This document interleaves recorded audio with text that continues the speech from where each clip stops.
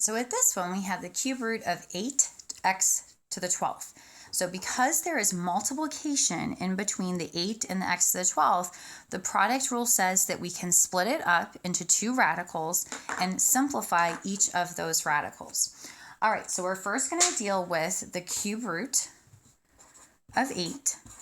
Then we will deal with the cube root of x to the 12th. All right, so to deal with the cube root of 8, because it's just a number, we are going to draw a factor tree. So 8 is even, so we can divide that by 2. 4 is even, so we can divide that by 2. Now that our index is 3, that means that we are going to group these numbers in threes.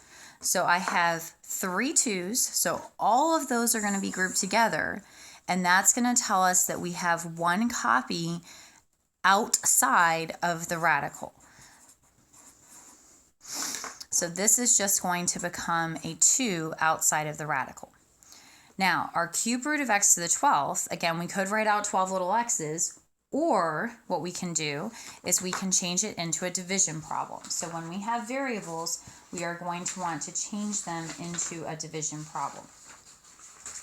All right, so that is going to give us 12 divided by 3. So again, it's like this little radical part becomes a division. You ignore the x, and you're just looking at 12 divided by 3.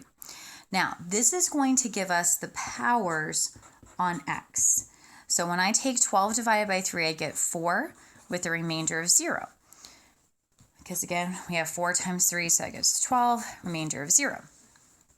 So what that is telling us is that outside of the radical, we will have a power of 4. So we'll have x raised to the 4th power. And inside of the radical, we have nothing. So again, I always think about the remainder as like what is inside of the radical. So this remainder of 0 is telling us that we have no radical. So the cube root of 8x to the 12th becomes 2x to the 4th. And that is our final answer. Now, let's just compare this to another example. So let's say that instead of the cube root, you had had the square root of 8x to the 9th power. All right, so let's see how that would work. So it's going to be the same idea. We're going to split it up into two separate radicals. So we have the square root of 8 that we deal with, and then we'll deal with the square root of x to the 9th separately. So for the square root of 8, we draw our factor tree, and as we discussed, the factor tree is going to look like 2, 2, and 2. Now, because we're dealing with a square root now, that has an understood index of 2. So I'm not going to group in threes, I'm going to be grouping in 2's. So here I have 2 2's, so that's going to be one copy outside. So I'll go ahead and write that. I'll say, okay, I have a 2 outside. And then this leftover 2 inside is going to be leftover 2 is going to mean that we have a 2 inside of the radical. So again, this 2 that's inside the radical is coming from this leftover 2 that we do not circle.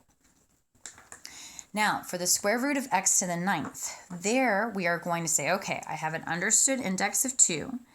And then because it is a variable, what we do is we don't draw a factor tree necessarily.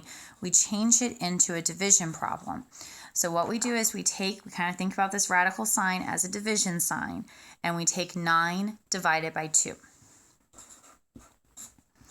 Now, when you take 9 divided by 2, you get 4. 4 times 2 gives us 8, and that will give us a remainder of 1. Now, these numbers are telling us the powers that are on x. Okay, so when we go through all this division, we're getting the powers that are on x. So that's going to tell us that we have x raised to the 4th outside the radical.